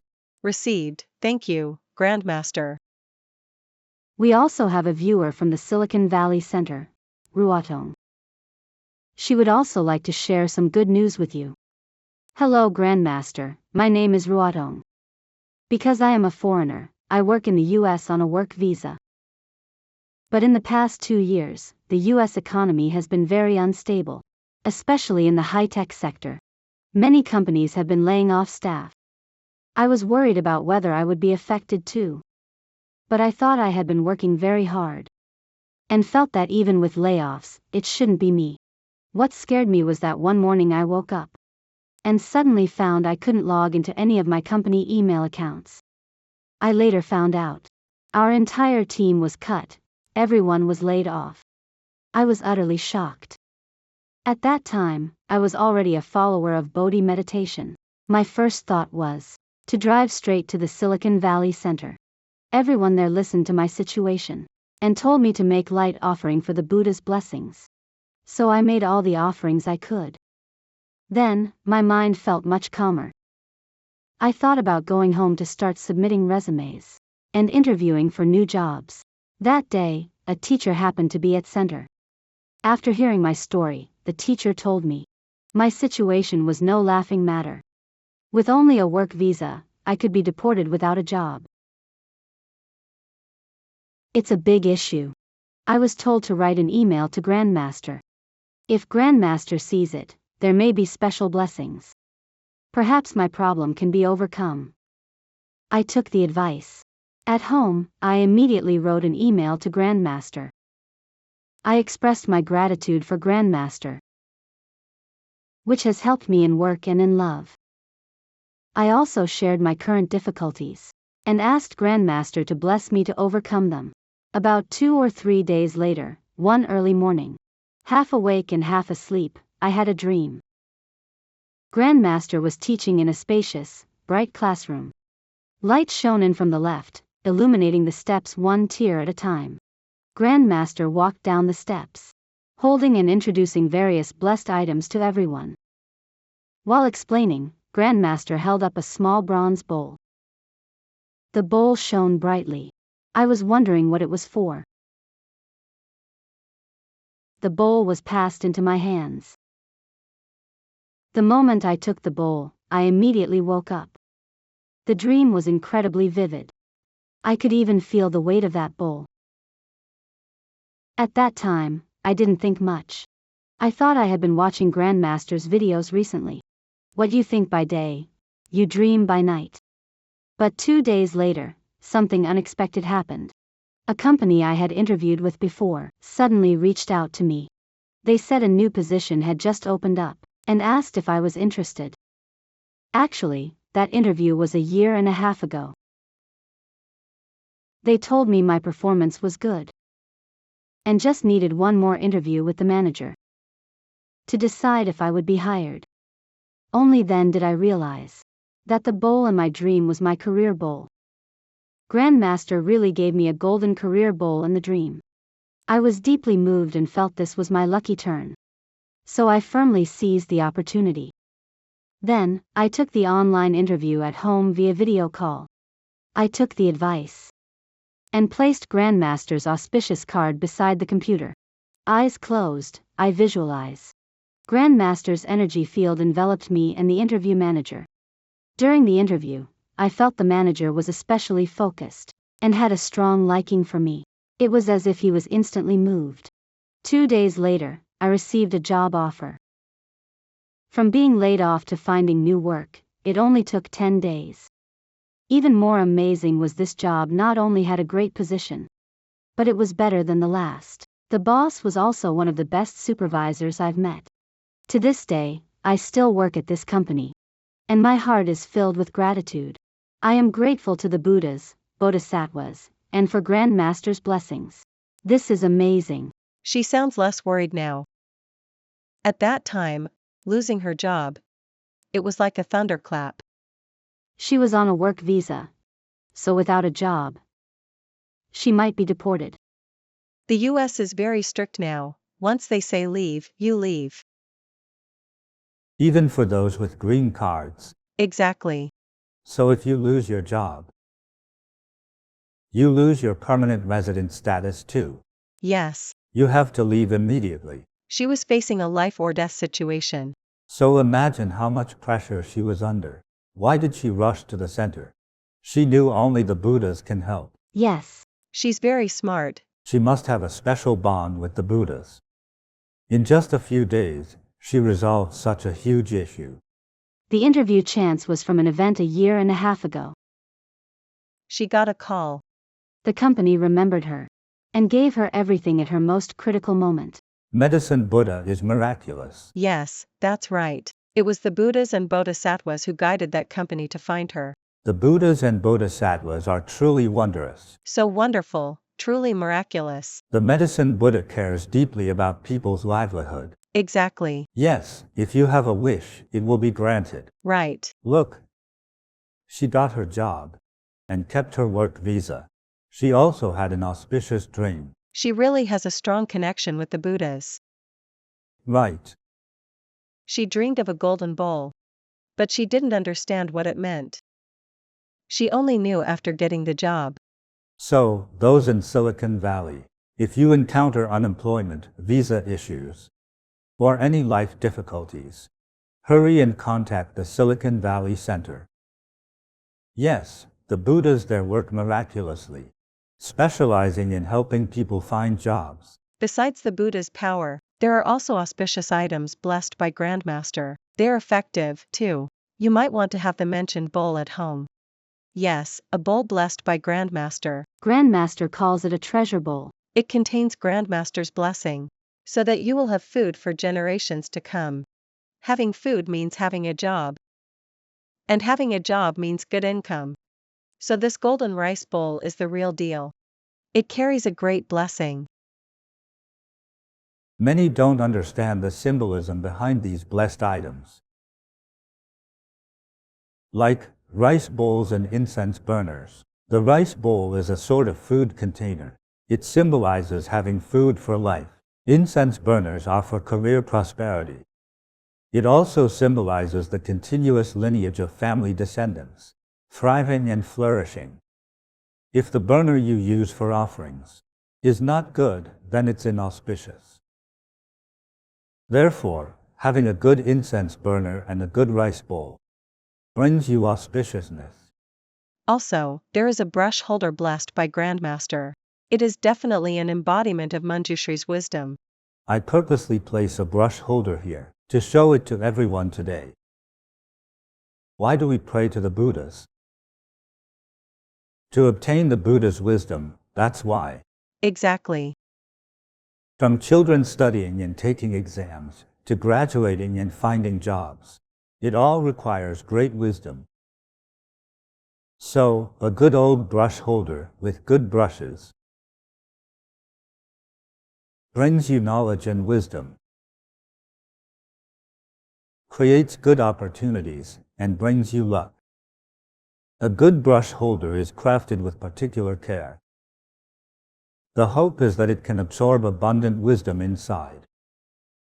For our young followers, it will help you in your exams, to achieve top honors and excellence, to excel at work.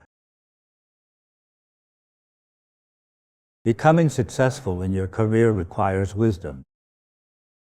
Today's work relies more on intelligence, rather than physical strength. These treasures convey such a message.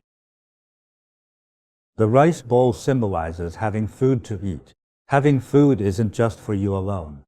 It could mean the whole family has food. That's awesome. This bowl is a gift from the Buddha. Wonderful. She dreamed of a treasure bowl, right?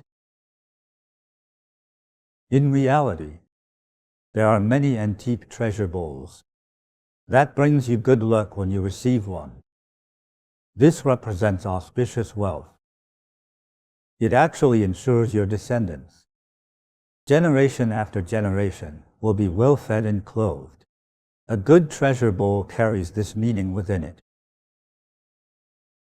So sometimes, when we showcase our antiques, some people might say the bowl is too dark. They're not aware that it's a treasure bowl. It's not like your $2 bowl. That's only good for holding water. A treasure doesn't show itself easily.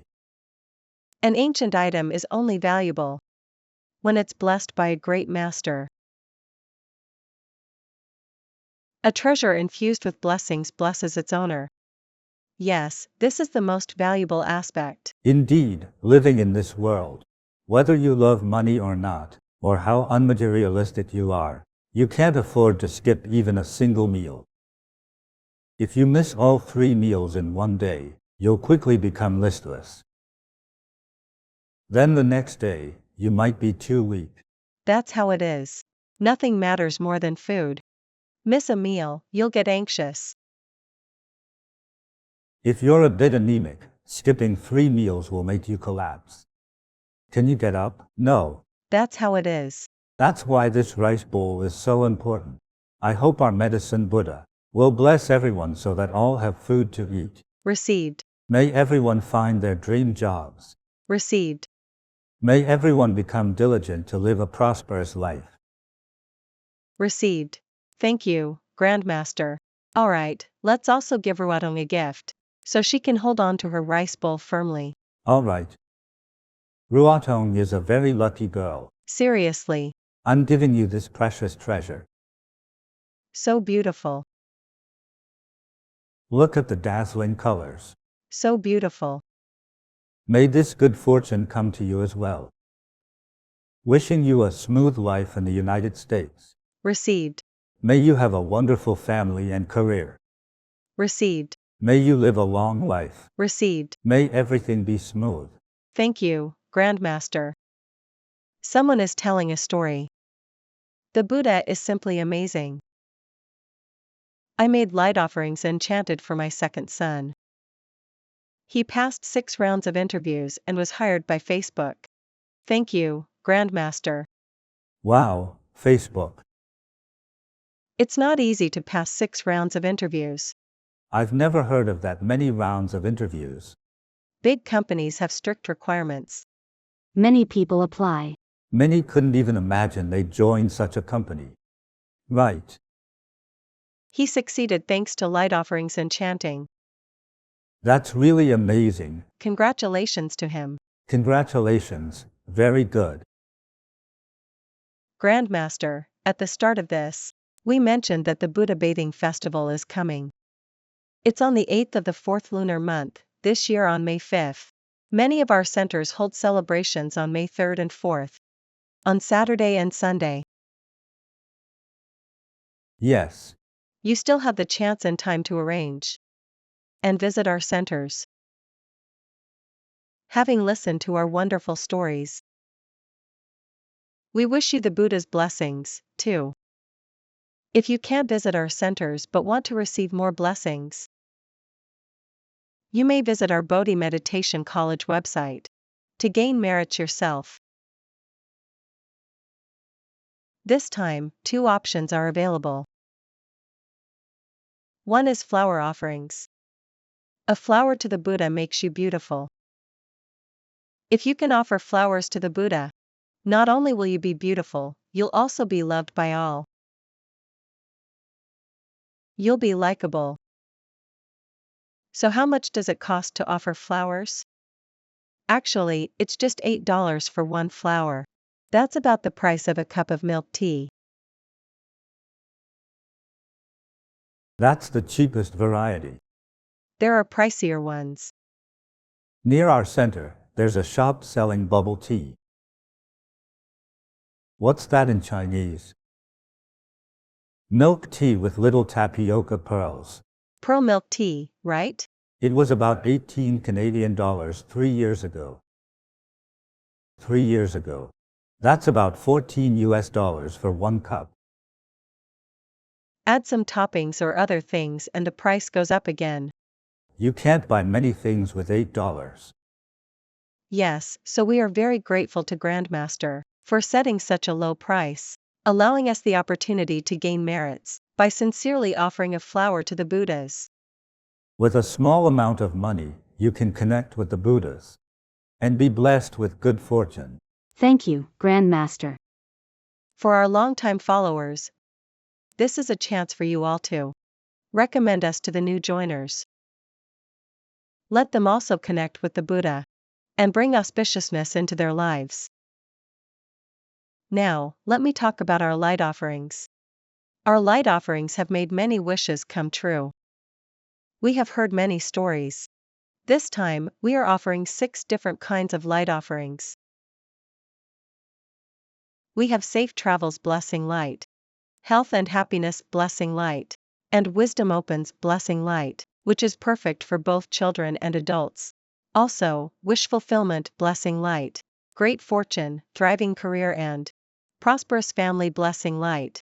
Then there is the most complete Purify Karma, Endless Merit and Family Prosperity Blessing Light. You can choose the type of light offering based on your own needs. Of course, your offering shows how sincere you are.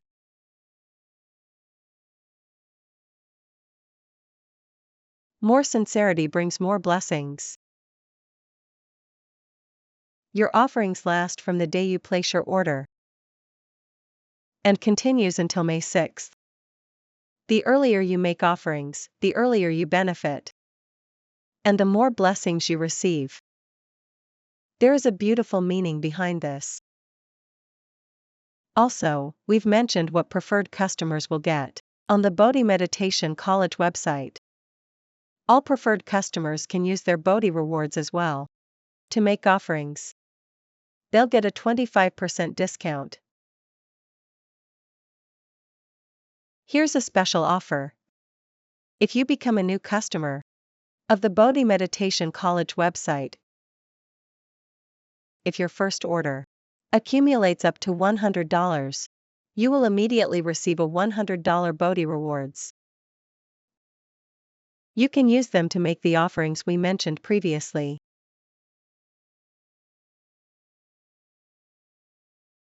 And to purchase blessed items. As long as they're spent on this website. Spend $100, get $100 free, what an offer. For our longtime followers, please spread the word to more newcomers. Help them start a life of good fortune. Alright, as we conclude the live broadcast, let's ask Grandmaster to bless those who sponsor the live broadcast and our supporters who sponsor our Dharma spreading effort. I thank you sincerely for supporting our online platform in spreading the Dharma for the benefit of all. To those who have supported us year after year, thank you for your strong support. Your sincerity is appreciated regardless of the amount of your donations. You have my greatest blessings. May all Buddhas and Bodhisattvas bless and protect you. For those who have supported us and help us promote our teachings online, may you gain longevity. Received. Also, good health. Received. Also, wisdom. Received. Also, a graceful appearance. Received. Also, success in your career. Received. Also, family happiness. Received. Also, prosperous descendants. Received. May all things go as you wish. Received. Thank you. Thank you, Grandmaster. We have received so many blessings from Grandmaster, as well as the Buddhas and Bodhisattvas. We also welcome new joiners to visit Yushu Home at the website yushuhome.com to make a sponsorship. Let's promote Dharma teachings together to spread auspiciousness.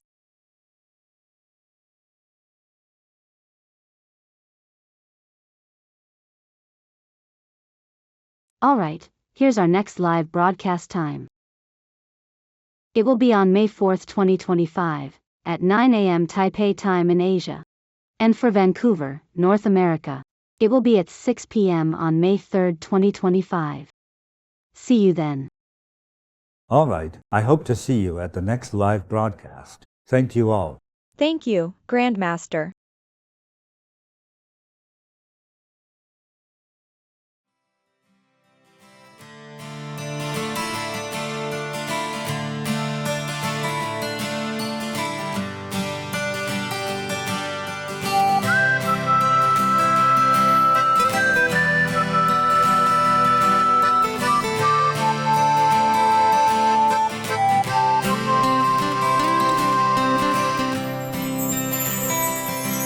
在茫茫人海之中，让我与您相遇。小小的红点里，人生就此欢喜。我快乐了，我健康了，我幸福了，我美丽了。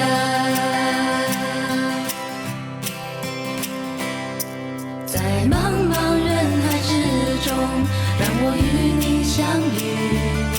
小小的红点里，人生变得神奇。我智慧了，我宽容了，我慈悲了，我自在了。因为有了你，生命变得更坚